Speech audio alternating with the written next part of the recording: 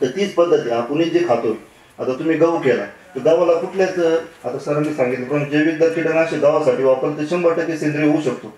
कीटकनाशक मारायची गरजच नाही. संधी दिली सरांनी, त्याबद्दल मी सर्वांचे आभार मानतो. धन्यवाद. आज विमल गार्डन येथे आणि गाडेकर परिवाराच्या विनंतीस मान देऊन तुम्ही आलात, त्याबद्दल गाडेकर परिवारातर्फे तुमचे अभिनंदन करतो, स्वागत करतो. आज सेंद्रिय गटाची जी कार्यशाळा होत आहे, त्या कार्यशाळेचे कृषी खात्याचे अधिकारी, आत्माचे प्रकल्प संचालक राजाराम गायकवाड साहेब, तसेच उपविभागीय कृषी अधिकारी विलासराव गायकवाड साहेब, तसेच आपल्या तालुक्याचे कृषी अधिकारी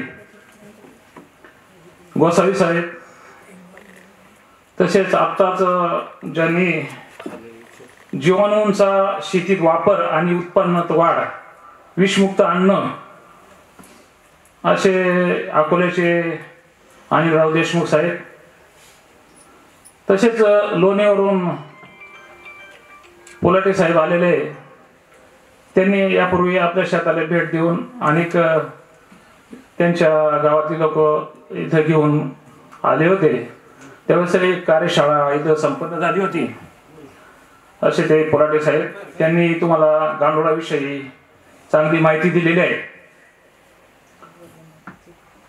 आता अनिलराव देशमुख यांनी पूर्ण जीवाणूंचा वापर आणि उत्पादन, विषमुक्त शेती याबद्दल पूर्ण माहिती दिली आहे.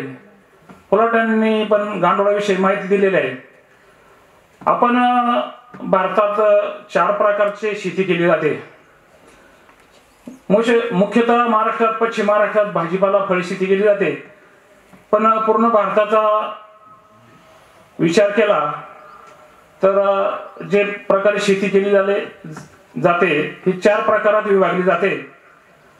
तर वन शेती म्हणजे नैसर्गिक शेती, त्यामध्ये चंदन, बांबू आणि साग अशी शेती केली जाते.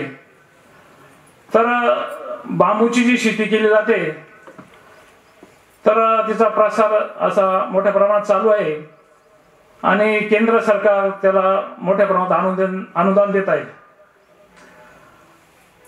कृषी मूल्य आयोगाचे माजी अध्यक्ष त्यांनी सध्या बांबूचा प्रचार चालू केलेला आहे आणि मोठ्या प्रमाणात आता उत्तर भारतात किंवा महाराष्ट्रातही लागवडी होत आहे. तर बांबूचा लागवडीचा प्रचार ते करत आहे. त्यांनी असं संशोधनांती असं सांगितलेलं आहे की आपण ऊसाची शेती करतो त्याचप्रमाणे बांबू लागवडी पासून 5 ते 7 कापण्या सहज होतात आणि 2,500 रुपये टनाने ते विकलं जातं. तर महाराष्ट्रात लागवड व्हावी म्हणून पाशा पटेल साहेब मोठे प्रयत्न करू राहिले आहेत. तर केंद्र सरकारकडून कर्जत मध्ये आपल्या नगर जिल्ह्यात तर बांबूचा एक प्रकल्प 50% आधारित सबसिडीवर दिला आहे. बांबूचं मूल्यवर्धन व्हावं आणि बांबूच्या पासून इंधन तयार व्हावं. आता इंधनाची मोठी टंचाई तयार झालेली आहे, तर इंधन तयार व्हावं असा हा मुख्य उद्देश आहे. तसेच चंदनाची लागवड मोठ्या प्रमाणात आपल्या नगर जिल्ह्यात पण आहे आणि शेजारी नाशिक जिल्ह्यामध्ये सिन्नरमध्ये मोठ्या प्रमाणात चंदन लागवड झालेली आहे. चंदन लागवडीचा जे आपण करतो त्याला कोणत्या तरी झाडाचा आधार द्यावा लागतो, तेव्हा ते झाड वाढतं. मिलीडुबिया एक वनस्पती आहे, तिच्या आधाराला चंदन लागवड आज मोठ्या प्रमाणात नाशिक जिल्ह्यात सिन्नर येथे चालू आहे. त्याचं पण उत्पन्न असं चांगलं आहे. तसेच आता आपण जी शेती करतो, रासायनिक शेती, भाजीपाला आणि विविध प्रकारची फळे, तसंच आता रासायनिक शेतीचे दुष्परिणाम म्हणून आता लोक सेंद्रिय शेतीकडे वळाले आहे आणि केंद्र सरकारने राज्य सरकारने आता उपक्रम असा हाती घेतला आणि आपणच आता त्या उपक्रमाचे भागीदार झालो आहोत. त्यामुळे आपल्या इथे 15 गटाची स्थापना कृषी खात्याच्या वतीने स्थापन केलेली आहे आणि तुम्हा शेतकऱ्यांना सगळं ज्ञान हो म्हणून आज विमल गार्डन बोरबन येथे ही कार्यशाळा आयोजित केलेली आहे. शेती म्हणजे आज पुन्हा नगर आणि नाशिक आणि सोलापूर सांगली भागात मुख्यतः विषमुक्त शेती केली जाते. जे लोक द्राक्ष, डाळिंब, इतर फळं, केळी एक्सपोर्ट करतात त्यासाठी विषमुक्त शेतीची गरज आहे. कारण आज आरोग्याविषयी खूप मोठी जागृती आलेली आहे. युरोप सारख्या कंट्रीमध्ये आता औषध खाल्लेली किंवा औषधाचे अंश असलेली फळं कोणी स्वीकारत नाही. मध्यंतरीच्या काळात मोठ्या प्रमाणात निर्यात दरवर्षी चालू आहे, पण मध्यंतरीच्या काळात काही औषधांवर बॅन आला. पण भारतातून मोठ्या प्रमाणात द्राक्ष लिओसिनचे अंश असलेली गेली तर ती युरोपमध्ये नाकारली. ते कंटेनर त्यांनी डायरेक्ट समुद्रात टाकून दिले. मोठ्या प्रमाणात शेतकऱ्यांचा तोटा झाला. तेव्हापासून खऱ्या अर्थाने महाराष्ट्रात किंवा भारतात बऱ्याच ठिकाणी विषमुक्त शेती म्हणजे रिसोर्स फ्री शेती सुरू झालेली आहे. खऱ्या अर्थाने रासायनिक शेती जिचे तोटे आहेत आणि त्या तोट्यांमुळे आपण खऱ्या अर्थाने आता सेंद्रिय शेतीकडे वळलो आहे. शासनाच्या मार्गदर्शनानुसार आपण आता शेती करायला सुरुवात केलेली आहे. तर रासायनिक शेतीचे मुख्यतः काय तोटे झाले याचा जर आपण विचार केला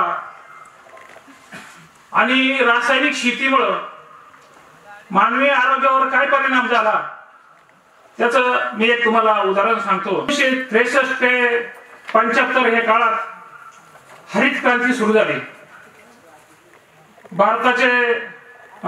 महाराष्ट्राचे मुख्यमंत्री वसंतराव नाईक साहेब त्यावेळेस ते मुख्यमंत्री होते.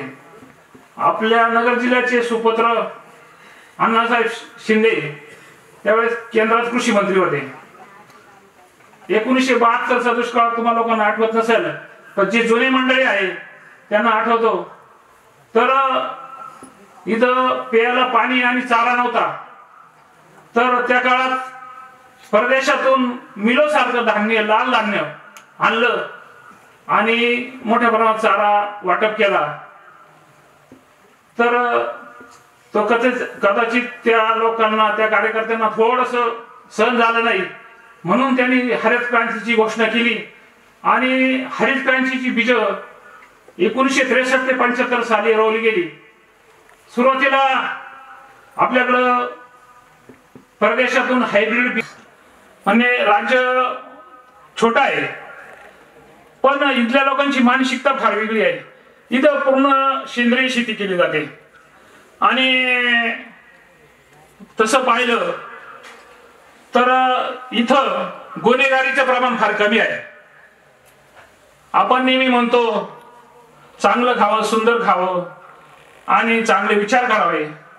तर मला असं वाटतं विषमुक्त अन्न सेवनामुळे त्या लोकांचे विचार तसे झालेले असावे. तिथे एकही असा वर्षामध्ये बलात्कार किंवा खुनाचा गुन्हा होत नाही असं त्यांनी ते आवर्जून सांगितलं. फार थोडेफार केसेस जे होतात त्या डोंगराळ प्रदेश असल्यामुळं आणि गाडीला गाडी घासली इन्शुरन्ससाठी फक्त केसेस होतात असं त्यांनी नमूद केलं. ह्या उदाहरणावरून तुमचं असं लक्षात येईल. मी पंजाबचं तुम्हाला उदाहरण दिलं, त्यांची काय परिस्थिती झाली आणि सिक्कीम सारखं जे उदाहरण आहे, कारण ते आहे का नाही हे आपण आता मनोमन ठरवलं पाहिजे. त्या दृष्टीने वाटचाल केली पाहिजे. तर रासायनिक खत आणि औषधांचा मानवी आरोग्यावर मोठा परिणाम होत आहे. तुम्हाला सांगतो जसं पंजाबमध्ये 30% लोक कॅन्सर कसं आहे. पंजाबमधून मुंबईला टाटा हॉस्पिटलमध्ये येणारी स्वतंत्र कॅन्सर ट्रेन म्हणून येते. त्या ट्रेनला कॅन्सर ट्रेन म्हणले आहे आणि आपण पण फार दूर नाही, आपण त्या उंबरठ्यावर आहेत. आपण आता जर सावध झालं नाही आणि सेंद्रिय शेती केली नाही तर आपली सुद्धा वाटचाल त्या पद्धतीने होऊ शकते. तुम्हाला सांगतो, आपण आयुष्यभर कष्ट करून खूप पैसे कमवतो आणि शेवटी ते सर्व हॉस्पिटलला घालवतो. आणि जर आपल्या कुटुंबामध्ये एखादा माणूस आजारी असला तर घरात नेहमी कलह होतो, कारण त्याची मानसिक स्थिती ठीक नसते. पूर्ण कुटुंब विठीस धरलं जातं आणि घरात शांतता नसते. अशामुळं घरात शांतता आणि समाधान जर पाहिजे असेल आणि आरोग्य चांगलं करायचं असेल तर आपण जी वाटचाल सुरू केली आहे ती खूपच कौतुकास्पद आहे. मी तुम्हाला सगळ्यांना धन्यवाद देतो. रासायनिक शेतीचे जे तोटे आहेत, पूर्णतः तुम्ही पाहत असाल आपल्याकडं आपल्या भागात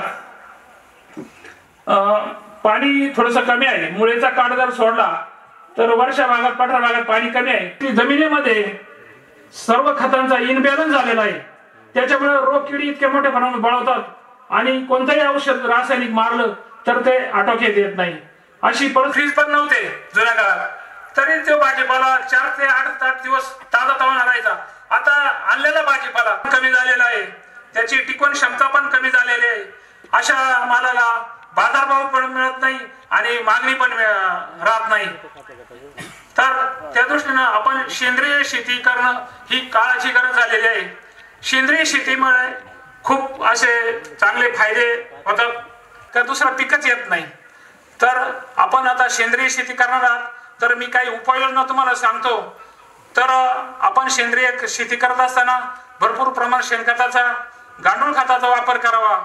आलटून पालटून पिकाचा फेरफालट करावा, कारण जेणेकरून तुमचं जमिनीतलं सेंद्रिय कर्ब तसा राहून आपल्या पुन्हा जे आपण शेतीला उत्पादन करणार आहोत ते पुन्हा सातत्याने आपल्याला कमी खर्चात उत्पन्न येत राहील. तसेच आपण एक आता इथून ध्यास घेतला पाहिजे. आमची शेती पाहिल्यानंतर इथे कोणत्याही प्रकारचा काडी कचरा जाळला जात नाही. तर पूर्ण शेतातील काडी कचरा गोळा करून त्याचा आम्ही कंपोस्ट करतो. त्याच्यात वर डिकंपोजर बॅक्टेरिया टाकतो आणि त्याचा उत्तम असं सेंद्रिय खत तयार करतो. आज तुम्ही पाहता शेणखताचे भाव गगनाला भिडले आहेत. कोणत्याही शेतकऱ्याला मोठ्या प्रमाणात शेणखत घेणं परवडत नाही. तर आपण घरच्या घरी मोठ्या प्रमाणात कंपोस्ट, काडी कचऱ्याचं खत केलं पाहिजे. तिसरं, आपण स्लरीचा उपयोग केला पाहिजे. आता मार्केटमध्ये सगळ्या प्रकारचे जीवाणू मिळतात. NPK जीवाणू मिळतात, कीटकनाशक, बुरशीनाशकाचे जीवाणू मिळतात. त्याचा जर सातत्याने उपयोग केला तर निश्चितच आपला उत्पादन खर्च कमी होऊन आपल्या उत्पन्नात वाढ निश्चित होईल. कारण सविस्तर आता देशमुख साहेबांनी त्याबद्दल सांगितलं आहे. तर आपण तिसरा प्रयोग, आता दिवसेंदिवस कधी दुष्काळ पडतो, कधी पाणी कमी पडतं, तर शेतीचं उत्पादन वाढीचं किंवा सेंद्रिय शेतीचं एक महत्वाचं तंत्र आच्छादन आहे. तर आपण आच्छादनचा वापर केला तर निश्चितच आपली पाण्याची बचत होऊ शकते आणि आच्छादन केल्यामुळं जमिनीमध्ये मोठ्या प्रमाणात गांडूळांची संख्या वाढते, जीवाणूंची संख्या वाढते. आपण एखाद्या जर औषध मारलं ते डायरेक्ट पिकावरून खाली जमिनीवर न पडता त्या आच्छादनावर पडलं तर पाण्याचा आणि त्याचा काही संबंध येत नाही. त्यामुळे जीवाणूंची मर होते किंवा जीवाणूंची संख्या कमी होते, गांडुळांची संख्या कमी होते. त्याचा मोठा आच्छादनाचा उपयोग होईल. निश्चित पाण्याची बचत होते. उष्णतेमुळे आपण जी दिलेली रासायनिक खतं किंवा जी औषधं आहेत तर उष्णात डायरेक्ट सूर्यप्रकाश जर जमिनीवर पडला तर मोठ्या प्रमाणात अन्नद्रव्याचा उष्णतेमुळे ऱ्हास होतो, तो पण आच्छादनामुळे थांबतो. असे अनेक आच्छादनाचे फायदे आहेत. तर आपण निश्चितच सेंद्रिय शेती कराने आच्छादनाचा सुद्धा फायदा घ्या आणि आच्छादन करा. दुसरं गांडूळ खत, त्यापासून वर्मी वॉश मोठ्या प्रमाणात करता येतो. माझ्याकडं 4 पद्धतीचे गांडूळाचे बेड आहेत. सर्वसाधारण ते आता तुम्हाला सर्व पाहायला मिळतील. सर्वसाधारण एखाद्या झाडाच्या सावलीला साईडने दगड गोटे किंवा विटा लावून जमिनीवर खाली 3 इंचाचा जाडीचा काडी कचरा टाकून शेणखत टाकायचं, वर परत गवताचा थर किंवा ज्या आपल्याकडे जे काडी कचरा असतो त्याचा थर द्यायचा आणि मॉइश्चर सतत राखून आपण गांडूळ सोडली तर उत्तम प्रकारचे साध्या पद्धतीनं कमी खर्चात गांडूळ खत तयार होतं. दुसरी पद्धत आहे बॅग पद्धत. आता 12x8 ची मार्केटमध्ये बॅग मिळते आणि त्याच्यात पण चांगल्या प्रकारे गांडूळ थर खत तयार करता येतं. त्याला एक बाजूला होल असतं, पाईप बसून आपण त्याचं वर्मी कलेक्शन करू शकतो आणि वर्मी वॉश चा वापर जर केला तर निश्चितच खतांची बचत होते. वर्मी वॉश चांगल्या पद्धतीने आपण तयार केला तो आपल्याला फवारणीसाठी खूप मोठा एन्झाईम आहे आणि त्यांनी खूप वाढ होती. आपल्याला ह्युमिक ऍसिड सुद्धा मारायची गरज नाही किंवा जे मार्केटमध्ये हे मिळतात बॅक्टेरिया मिळतात त्यापासून आपण जर त्या बेडवर टाकल्या त्या बॅक्टेरिया त्या वर्मी वॉश मध्ये येतात आणि त्याचा मल्टिप्लाय होत राहतं आणि त्याचाही उपयोग आपल्याला चांगल्या प्रकारे वर्मी वॉश मधून करता येतो. तिसऱ्या प्रकारचं माझ्याकडे जे बेड आहे एक 250 फुटाचं मी 8 बाय 2.25 फुटाचं एक व्ही आकाराचा खड्डा करून 500 मायक्रॉनचा कागद टाकलेला आहे आणि त्याला एक पोरस पाईप बसवलेला आहे. आपण ज्यावेळेस मॉइश्चर मेंटेनसाठी आम्ही त्याला स्प्रिंकलरनी पाणी देतो ते पाणी दिल्यानंतर गांडुळाचा वर्मी वॉश त्या मेन पाईपद्वारे पुढे 30,000 लिटरची टाकी आहे तिथे कलेक्शन होतो आणि मोठ्या प्रमाणात मला त्यातून वर्मी वॉश मिळतो. प्रकार आहे गांडुळाचा टाकी पद्धत. हा थोडा खर्चिक आहे आणि याला थोडा खर्च जास्त होतो याला, त्यामुळं सहसा ह्या 3 पद्धती सगळ्यात स्वस्त आणि चांगल्या आहेत. तर सिमेंटची टाकी बांधून सुद्धा आपण तुमच्यासारखे लोक व्हिजिटला येतात त्यांना दाखवायसाठी तो पण प्रयत्न केलेला आहे. अशा 4 पद्धतीनं गांडूळ खत आणि वर्मी वॉश तयार करता येतो आणि वर आपण जेव्हा स्प्रिंकलर पाणी देतो आपल्याला जे पाहिजे ते जीवाणू त्याच्यावर टाकल्यानंतर समजा ट्रायकोडर्मा टाकला तर वर्मी वॉश आणि ट्रायकोडर्मा एकत्र मिळतो आणि त्या पद्धतीने आपण मोठ्या प्रमाणात तो शेतीला देऊ शकतो. जर मॅट्रायझम टाकलं तर मॅट्रायझम सुद्धा आपल्याला मोठ्या प्रमाणात वर्मी वॉश आणि मॅट्रायझम एकत्र मिळतं आणि ते मोठ्या प्रमाणात आपल्याला पिकाला वापर करता येतो. कारण सध्या पाहिलं तर जीवाणू खतं आणि औषधं यांचे रेट रासायनिक खताच्या तुलनेने फार स्वस्त आहे, कमी आहे आणि हे खत एकदा रासायनिक टाकल्यानंतर त्याचं मल्टिप्लाय होत नाही पण जीवाणूंचं सातत्याने मल्टिप्लाय होतं आणि आपण त्याला जसं मॉइश्चर मेंटेन केलं तर सातत्याने जीवाणू वाढत जातात आणि त्याचा उपयोग आपल्या उत्पादन वाढीव होतो आणि उत्पादन खर्च पण कमी होतो. मला भरपूर फळं खायला मिळाली त्यामुळे आरोग्य चांगलं झालं आणि आपण आता जैविक शेती करणार आहेत तर आपल्याला खरा जैविक शेती करताना सेंद्रिय शेती करताना मित्र किडींचा मोठा उपयोग होतो.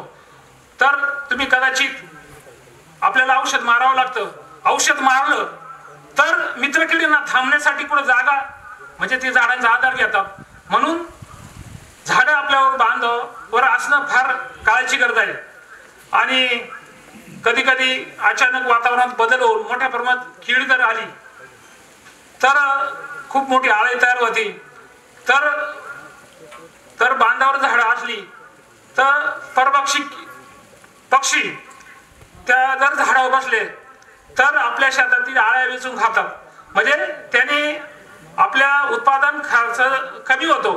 कारण नॅचरल जर आपल्या शेतीचं संगोपन झालं तर निश्चितच आपला त्याचा फायदा होतो आणि झाडांमुळं मोठ्या प्रमाणात छाटणीपासून इंधन तयार होतं. कारण आपल्याकडे लेबर वगैरे असतात. आता इंधनाचा प्रश्न हा जागतिक प्रश्न झालेला आहे. ग्लोबल वॉर्मिंगमुळं आता मोठ्या प्रमाणात वृक्षतोड झालेली आहे, त्याचा निसर्गाचा कोप वाढलेला आहे आणि इंधनाची मोठी गरज आहे. तर प्रत्येक शेतकऱ्याकडे बांधावर फळझाडं असलं तर इंधन म्हणून त्याचा उपयोग होईल आणि त्याचा जो पालापाचोळा आहे त्यापासून उत्तम प्रकारचं खत सुद्धा तयार होतं. आता आमच्याकडं संपूर्ण फळबागा असल्यामुळं कदाचित भाजीपाल्यामध्ये तण नियंत्रण जमणार नाही पण समजा कोणताही फळपीक घेतलं द्राक्ष, डाळिंब, केळी, पपया तर वर्षाचा विचार केला तर ही जी पिकं आहेत, डाळिंब सारखी, द्राक्ष सारखी, 4 महिने असतात तर 6 महिने तर 7 महिने ते विश्रांती असतात किंवा त्याची काडी तयार होत असतील किंवा त्याला आपण तसं सोडतो. तर त्या काळात आम्ही तण निर्मूलन आणि तण नियंत्रण करतो. म्हणजे आता ही तुम्ही बागा पाहता एकदम स्वच्छ दिसती, पण ह्या बागेत तुम्ही जून जुलै ऑगस्ट मध्ये येऊन पाहिले असते तर 2 ते 3 फुटाचा तण वाढलेला आहे. नवीन शेतकरी जर आला तर आम्हाला म्हणतात किती शेतकरी आळशी आहे, इकडे तर 2 ते 3 फुटाचं तण वाढलं. तर आम्ही ते तण निर्मूलन आणि नियंत्रण करतो. त्यानंतर ते ग्रास कटरने ते कापून त्याचं आच्छादन करतो आणि त्याच्यामुळे मोठ्या प्रमाणात आम्हाला सेंद्रिय कर्ब मिळतं आणि तेच सेंद्रिय कर्ब पिकाच्या वाढीस उपयुक्त असतं. आणि मोठ्या प्रमाणात सेंद्रिय कर्ब वाढला तर जीवाणूंची संख्या मोठी होते, उत्पादन खर्चात सुद्धा त्यामुळे बचत होते. तर असं केल्यानं तर ज्यांच्याकडे फळबागा असतील त्यांनी तण नियंत्रण करावं, निर्मूलन करू नये असं मला वाटतं. तसंच आता आमच्याकडं तुम्हाला सांगितलं बांधावर झाडं लावलेली पाहिजे. तर आपण आपल्याला दशपर्णी अर्क नेहमी लागतो, जंगलामध्ये झाडं राहिलेली नाही तर आम्ही दशपर्णी अर्कासाठी बरीच झाडं लावलेली आहेत. तर आणि त्याचा उपयोग आम्ही दशपर्णी अर्कासाठी अशा वनस्पती जर आपण दशपर्ण अर्कासाठी वापरल्या तर निश्चितच त्याचा उपयोग आपल्या कीड निर्मूलनासाठी चांगला होईल आणि रासायनिक खताची खरेदी वाचली म्हणजे आपली निश्चितच बचत होईल. 1 रुपया कमवला म्हणजे 1 रुपया वाचवल्यासारखाच आहे, ती आपली मिळकतच आहे. तर दशपर्णी अर्काचा उपयोग सगळ्या शेतकऱ्यांनी करावा असे मी आवाहन करतो. तसेच जीवामृत आपण आता निश्चितच मार्केटमध्ये गुळ मिळतो, बेसन पीठ मिळतं आणि फार तर जिथं कोणत्याही प्रकारची मशागत नाही, जिथं औषधं मारली जात नाही, अशी जंगलातली चांगल्या झाडाखाली माती जर 200 लिटरमध्ये 1 ते 1.5 किलो टाकली ते मोठ्या प्रमाणात जीवाणूंची वाढ होते आणि ते आपण फिल्टर करून शेतीत वर्षभर दिले तर निश्चितच आपल्या उत्पादन खर्चात बचत होऊन उत्पन्नात वाढ होईल, माल मोठ्या प्रमाणात उपलब्ध होईल आणि त्याची विक्री व्यवस्था, वाहतूक व्यवस्था ही चांगल्या प्रकारे आपल्याला करता येईल आणि सगळ्यांना त्याच्यामधून चांगल्या प्रकारे उत्पन्न मिळू शकेल. आणि सर्वात महत्वाचं म्हणजे देशातल्या भारतातल्या नागरिकांना हे विषमुक्त अन्न खायला मिळत. त्याच्यामुळे सध्या शासनाने या गोष्टीवर फार मोठ्या प्रमाणात लक्ष केंद्रित केलेलं आहे. आता हे आपण व्याख्यान सर्व ऐकली, आता नानांनी त्यांचे अनुभव फार सुंदर सांगितले, देशमुख साहेबांचं सुद्धा व्याख्यान खूप सुंदर झालं, पुलटेंनी सुद्धा त्यांचे अनुभव खूप सुंदर सांगितले. प्रत्येकाचं व्याख्यान मला इतकं महत्वपूर्ण वाटलं, पण आपण त्याच्यातून काय घेतो हे महत्वाचं आहे. मागच्या वेळेस खंडेरायवाडीला प्रशिक्षण झालं, याच्यातलं कोण कोण होतं खंडेरायवाडीला? बरोबर 2-4 जण होते. तर तिथं मी काही 2-3 गोष्टी सांगितल्या होत्या. तिथं मी तुम्हाला गांडूळ खताचं हे करायला सांगितलं होतं, ते डिकम्पोजिंग कल्चरचं करायला सांगितलं होतं. कुणी केलं का? काय केलं? तुमची 2-4 जण त्याच्यामध्ये होते, आता वेगळी माणसं आहे. मी पुन्हा सांगतो की आता आपल्याला माहिती आहे का सेंद्रिय शेतीचा सगळ्यात मोठा आत्मा म्हणजे रासायनिक खताच्या ऐवजी सेंद्रिय खत टाकणे. आणि सेंद्रिय खत आपल्याकडं मुख्यतः 2 प्रकारचे, एक आपण उकिरड्याचं करतो कंपोस्ट खत आणि दुसरं आहे ते गांडूळ खत, बरोबर ना? आता याच्यासाठी आता या सगळ्या व्यक्तीने सांगितलं का त्याच्यामध्ये प्रकार सांगितले, त्याच्या टाक्या करायला सांगितल्या आहे की नाही. परंतु त्याच्यासाठी आमच्या कृषी विभागाच्या रोजगार हमीतून योजना आहे, तुम्हाला त्या थोडक्यात मी सांगतो. तर आपल्याला माहिती आहे की आपण उकिरड्यावर शेणखत तयार करतो, बरोबर? प्रत्येकाकडे जनावर असतील, प्रत्येकाचे उकिरडे असतील. उकिरड्यातून किती दिवसातून खत काढता तुम्ही? वर्षभरातून खत काढता. वर्षभरातून खत काढल्यानंतर त्या खताचा काही वास वगैरे येतो का? चांगलं एकदम निर्मळ खत तयार होतं? वास येतो. आणि ते कच्चं पण राहतं का? राहतं. कधी कधी वर्षभरानंतर ते हिरवं शेण तसंच निघतं. परंतु हे जे हिरवं किंवा कच्चं राहतं शेणखत हे फक्त आपली अंधश्रद्धा आहे का मी 4 गाड्या खत टाकलं म्हणून. त्याचा वापर त्याच्यात अन्नद्रव्य येत नाही, त्याचा उपयोग होत नाही. मग ऍक्च्युअल जे शेणखत चांगलं प्युअर शेणखत तयार होतं ते एकदम आपली जाड रवा चहा पावडर असते की नाही, असं खत तयार व्हायला पाहिजे. ते खरं चांगलं खत आहे. आणि हे जे आपलं उकिरडे आहे ना ते उपसायला माणसं सुद्धा भेटत नाही, एवढा वास येत त्याला. हा, ट्रॅक्टरमध्ये टाकायला माणसं भेटत नाही. आणि ते खत आता 4,000 ते 5,000 रुपयाला ट्रॅक्टर आहे, बरोबर का नाही. आणि त्या आपण इथं 1800 रुपयाची गुणी घेतो, त्याला काटकसर करत नाही. परंतु तिथं त्या शेणखताकडे काही सुद्धा लक्ष देत नाही की ह्या गोणीचा उपयोग होण्यासाठी सुद्धा तुम्हाला ते शेणखताची गरज आहे. कारण हे सगळं जे रासायनिक खत आहे आपण जे टाकतो ते रासायनिक खत पिकाला उपलब्ध होण्यासाठी त्याची जीवाणू त्याच्यामध्ये जमिनीमध्ये लागतात. ते जीवाणू जर नसेल, ते जमीन जर निर्जीव असेल तर तुमचे हे जे खत टाकलेलं आहे हे सुद्धा उपयोगाला येत नाही. तुम्हाला माहिती आहे का, हे जे आपण रासायनिक खत टाकतो, समजा 100 किलो खत टाकतं, आपल्याला असं वाटतं तर 100 किलो खत टाकलं फार मोठं, पण त्याच्यात 30 ते 35% खत फक्त पिकाला उपलब्ध होतं, बाकी जमिनीमध्ये फिक्स होतं, काही पाण्याबरोबर वाहून जातं. म्हणजे त्याची फर्टिलायझर यूज इफिशियन्सी असा एक शब्द इंग्लिशमध्ये, तर ही इफिशियन्सी खूप कमी जाते. मग तेच जर तुमचं जमिनीमध्ये जीवाणू चांगले असेल आणि जीवाणू जर तुमचे वाढवायचे असेल तर जीवाणूचं खाद्य म्हणजे हे सेंद्रिय कर्ब आहे. आणि सेंद्रिय कर्ब आता तिने सांगितलं का नानांच्या याच्यामध्ये 2.5च्या आसपास सेंद्रिय कर्ब आहे. परंतु जनरली बाहेर पाहत होता 1/2च्या आसपास सेंद्रिय कर्ब राहतो, आणि 1/2च्या आत जर सेंद्रिय कर्ब केला तर ती जमीनच पिकवण्याच्या लायकीची राहत नाही. आणि सेंद्रिय कर्ब म्हणजे अशी गोष्ट नाही की पटकन महागाचं खत आणलं आणि टाकून दिलं आणि 1 महिन्यामध्ये सेंद्रिय कर्ब वाढून गेला. फार स्लो प्रोसेस आहे सेंद्रिय कर्ब वाढायची, 5-5 वर्ष जातात त्याच्यामध्ये. आणि याच्यासाठी त्यांनी सगळं सांगितलं सगळ्या पद्धती काय काय करायचं सेंद्रिय कर्ब वाढवण्यासाठी.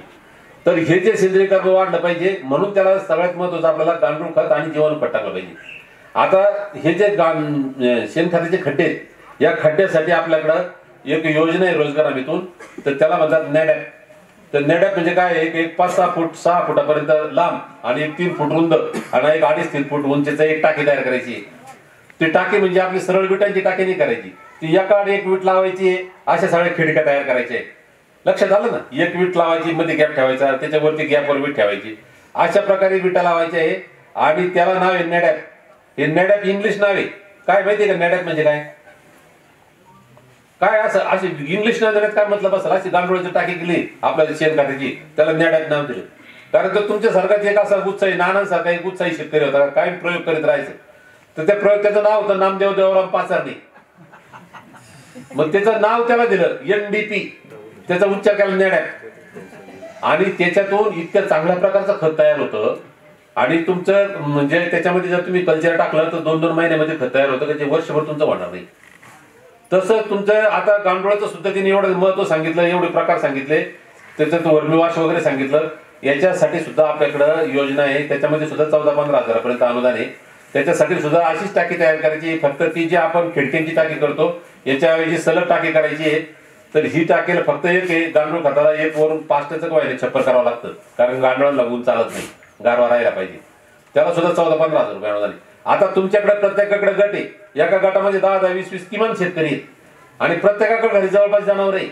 परंतु मागच्या वेळेस सांगून सुद्धा कोणीही केलेलं नाही. शासनाची योजना आहे. आता तुम्ही सगळ्यांनी एकत्र केलं, तुमच्या गटातले 20 लोक आहेत समजा, 20 लोकांनी एकदम जर करायचं ठरलं तर एकदम तुम्हाला विटा आणता येतील, एकदम तेवढ्या पुरती वाळू आणता येईल, एखाद्या गावंड्याला उक्त देता येईल आणि एका लॉट मध्ये करून घेता येईल. आणि तुम्हाला एक रकमेचे पैसे मिळू शकतात. त्याचे मजुरीचे पैसे तुम्हाला रोख मिळतात, सामुग्रीच्या पैशाला थोडा उशीर लागतो, 2-4 महिने जातील. परंतु तुमचं हे जे आहे हे कायमस्वरूपी स्ट्रक्चर तयार होईल. तर तुम्हाला एकदा तयार केलं तर त्याच्यामध्ये तुम्ही फक्त लॉट काढत राहायचे. तर त्याच्यामध्ये ते काही ठिकाणी लिक्विड मध्ये मिळतं, काही ठिकाणी पावडर स्वरूपात मिळतं. काळी पावडर असते, त्याच्यामध्ये जीवाणू असतात, कुजवणारे, शेणखत कुजवणारे, डिकंपोजिंग कल्चर म्हणतात त्याला, ते जीवाणू असतात. तर हे जे आहे ते एक अर्धा किलोची किंवा 1 लिटरची ती बॉटल आहे. तर ती बॉटल घ्यायची आणि तुमचं 100 ते 200 लिटर पाण्याची टाकी घ्यायची आणि त्या पाण्याच्या टाकीमध्ये हे जीवाणू टाकायचे. त्याच्यामध्ये तुम्ही जर असा काळा गुळ 1-2 किलो टाकला तर तो गुळ कशासाठी, तर ती जे जीवाणू आहे त्याच्यामध्ये, आता जीवाणू त्या बाटलीमध्ये किंवा त्या पावडरमध्ये ठेवलं तर थोडेसे आजारी असे जर्जर झालेले असतात. मग माणसाला जसं आपण आजारी माणसाला सलाईन दिल्यावर तो जसा एकदम तरतरीत होतो माणूस, तसे हे जीवाणू जे आहे हे गुळाचं सलाईन मिळाल्यामुळं असे तरतरीत आणि ऍक्टिव्ह होतात.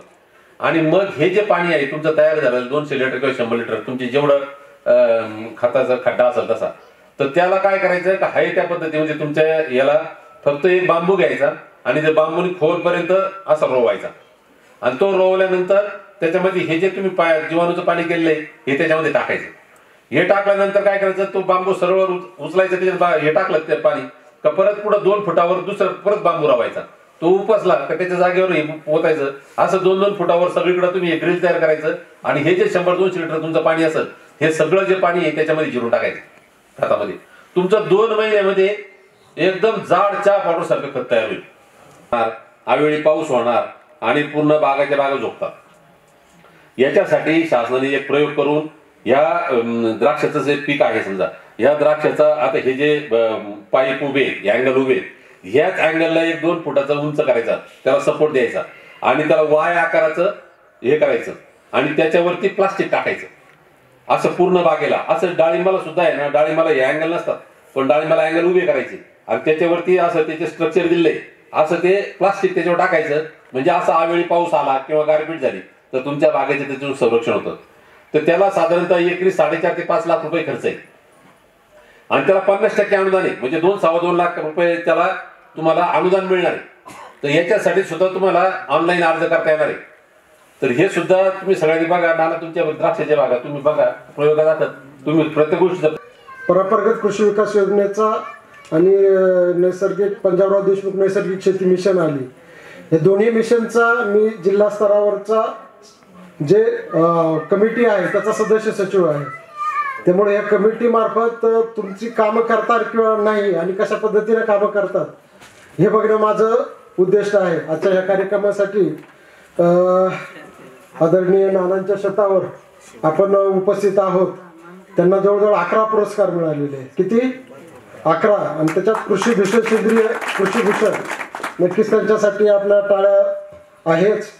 त्याच्याबरोबर आपल्याला कृषी विश्व बायोटेकचे देशमुख साहेबांनी चांगलं मार्गदर्शन केलं, पुलाटे साहेबांनी मार्गदर्शन केलं, आमच्या गायकवाड साहेबांनी चांगलं मार्गदर्शन केलं आणि साहेबांच्या शेतावरच आपण जेव्हा प्रत्यक्ष बघू तेव्हा सेंद्रिय शेती करायची का नाही हे आपल्याला लक्षात येईल.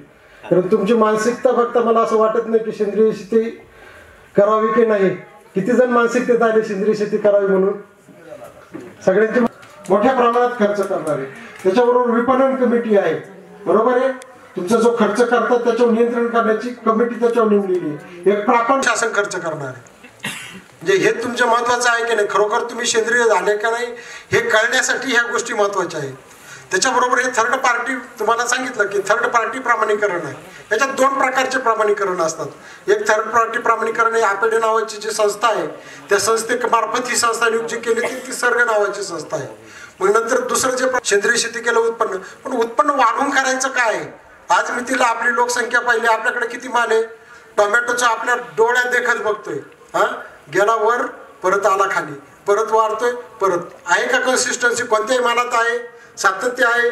जर तुम्ही चांगल्या पद्धतीचा माल उत्पन्न केला, कमी जरी आला तर त्याला डबल भाव जर मिळाला पुढच्या 2 वर्षाचे. म्हणून याचं रजिस्टर प्रत्येकाने ठेवायचं. नुसतं उपयोग नाहीये हा खर्च करून, जोपर्यंत तुम्हाला सेंद्रिय शेती समजून घेतली पाहिजे की जमिनीत काय बदल होत आहेत, पिकात काय बदल होत आहेत, बरोबर आहे. जेव्हा हे कळलं त्यावेळेस आपण आपल्या नातेवाईकांना, आपल्या शेतकऱ्यांना, इतरांना काय खाऊ घालतोय आणि पूर्वी काय खाऊ घालत होतो हे ज्यावेळेस तुम्ही असं करू घालाल त्यावेळेस तुम्हाला ते करणार आहे. आता याच्यात जैविक कुंपण किती जणांनी केलं मला सांगा? जैविक कुंपण म्हणजे काय करायचं होतं?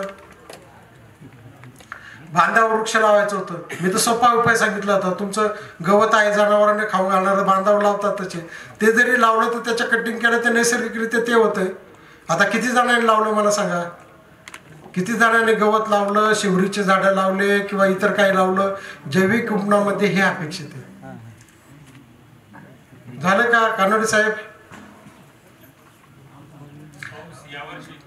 नाही आलं तरी हे तुम्हाला करून घ्यायचं. याच्या मागचा उद्देश काय आहे? जे काही प्रशिक्षण दिलं जात आहे त्याबद्दल मी तालुका कृषी विभागाचं आभार व्यक्त करते.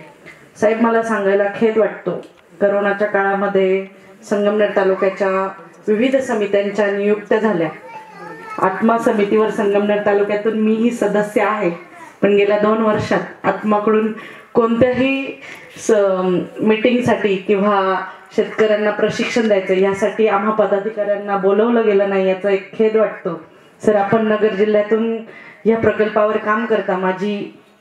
मी दादाशेठ गाडेकरांची मुलगी आहे आणि माझ्या बालपणापासून शेती व्यवसायाची आवड असलेला माझा हा परिवार आणि मी लहानपणापासून घरात वडील जे काही तुमचा ॲग्रोवन पेपर आहे सकाळ हे माझ्या घरात माझ्या बालपणापासून मला वाचायला यायच्या आधीपासून हे पेपर माझ्या घरात असायचे साहेब, जेणेकरून आम्हा सगळ्या भावंडांना शेतीची आवड निर्माण झाली. आज आम्ही 9 भावंड, ही सुंदर शेती आज यांनी करून तितकं उत्पादन, आता हे 3 एकरातून 25 ते 30 लाख रुपये उत्पन्न हे दोघं भावंड काढतात. इतकं मोठं काम ह्या शेतीतून होऊ शकतं. आपण प्रथमतः, परंतु रासायनिक शेतीचा कल आणि सेंद्रिय शेतीकडे आता लोक का वळायला लागली याचा फरक तुम्हाला अनेक वक्त्यांनी सांगितला. अनेक पंजाब सारखं मोठं राज्य, समृद्ध राज्य, प्रत्येकाकडं कमीत कमी 20 ते 25 एकर शेती असेल, प्रत्येक घराकडं इतकं समृद्ध राज्य, आणि घराघरात कॅन्सरचे पेशंट आहेत. का तर फक्त रासायनिक खतांच्या वापरामुळे, रासायनिक औषधांच्या वापरामुळे. म्हणून ही सेंद्रिय शेती मी ह्या निमित्तानं आव्हान करते की सेंद्रिय शेती प्रत्येकानं करावी. कारण का त्या सेंद्रिय शेतीची मला एक उदाहरण द्यायला आवडेल. आपण एखादी वस्तू घरात आणली, फ्रीज असो किंवा अंगावर असणारा दागिना असो, बरं हलक्यातलं हलकं कापड असो, आपण किती व्यवस्थित दिसण्यासाठी आज मला प्रशिक्षणाला जायचंय, मी कपाटातलं 10 ड्रेसांपैकी 1 ड्रेस घालणार, तो इस्त्री केलेला हवा, मी आज अंगावर घातलेला दागिना किती जपतो. मग ही जी काही वडिलोपार्जित जी काही आपल्याला मिळालेली काळी आई आहे, तिची सुपीकता टिकवणं हे आपलं एक जबाबदारी आहे, आपली एक कर्तव्य आहे. कारण का ही जबाबदारी, हे कर्तव्य पिढ्यानपिढ्या साहेब आपल्या पुढच्या पिढीला आपल्याला द्यायचं आहे, आणि तिची सुपीकता टिकवणं हे आपलं कर्तव्य आहे, आणि ती आम्हा सर्वांनी टिकवावी ही ह्या निमित्तानं विनंती करते मी. चला तर सेंद्रिय शेतीचं हे प्रशिक्षण घेऊन मला एकच सांगावंसं वाटतं की पहिल्यांदा ही शेती ठीक आहे असो, इथं बसलेल्या प्रत्येक माझ्या शेतकऱ्याला कदाचित कमीत कमी 1-2 एकर शेतकरी असेल, 1-2 एकर शेती असेल किंवा गुंठाभर असेल, पण ती तुम्ही सेंद्रिय करा. तुमचा आदर्श कदाचित आदर्श तो बांधव घेईल, हे करा प्रत्येकानं, जेणेकरून आपलं कुटुंब कसं सुजलाम सुफलाम झालं पाहिजे, आपलं कुटुंब कसं आर्थिकदृष्ट्या सफल झालं पाहिजे, हा यातून एक सांगण्याचा हेतू आहे. आणि तुम्ही सर्वांनी स्वतः करायला सुरुवात करा. कारण का आतापर्यंत साहेबांनी सांगितलंय की आम्ही अनेक प्रशिक्षणं दिली. मीही गेल्या 5 वर्षामध्ये प्रशासनामध्ये काम केलं, पंचायत समिती सदस्य असून तुमच्या प्रशासनामध्ये काम केलं. अनेक सरकारच्या कृषी विभागामार्फत योजना आहेत. माझ्या वडिलांनी साहेब त्यांच्या भाषणात सांगितलं, आमच्याकडं जवळजवळ 15 ते 20 प्रकारची फळझाडं आहेत. या सगळ्या 30 एकर शेतीमध्ये 15 ते 25 प्रकारची आमच्याकडे फळझाडं आहेत, आणि ह्या ज्या काही मोठ्या फळांच्या लागवडी झालेल्या आहेत हे रोजगार हमीतून फळ लागवड योजनेअंतर्गत झालेल्या आहेत. आपण प्रत्येकाने शासनाच्या विविध योजनांचा लाभ घ्या. विविध काही योजना आहेत, तुम्हाला ट्रॅक्टर रोटावेटर पासून मिळणार आहे. मला साहेब करोनापासून आमच्या रोटरच्या जे ट्रॅक्टरच्या काही शेतकऱ्यांचे अजूनही फोन येतात, ताई आम्ही काय म्हणतात त्याला योजनेसाठी अर्ज केलाय, पण अजून काही ट्रॅक्टर अनुदानात नाव आलं नाही, रोटर अनुदानात नाव आलं नाही, तर त्याच्यातही आपण लक्ष घालावं. ठीक आहे असो, बोलण्यासारखं कृषी हा विभाग खूप सुंदर. आणि आपल्याशी माझ्या घरामध्ये माझ्या वडिलांनी आम्हाला 5 भावंडांना कृषीची BSc ॲग्री ही पदवी दिलेली साहेब. मी माझ्या लग्नानंतर आता एक्सटर्नल BSc ॲग्री केली यशवंतराव मुक्त विद्यापीठामधनं, मी आणि माझ्या भावानं. आणि सांगायला आनंद वाटतो, आपण सर्वांनी सेंद्रिय शेती करा, आणि आपली ही जी काही काळी आई आहे तिची सेवा आपल्या अनेक पिढ्यांना पुढे करता येईल.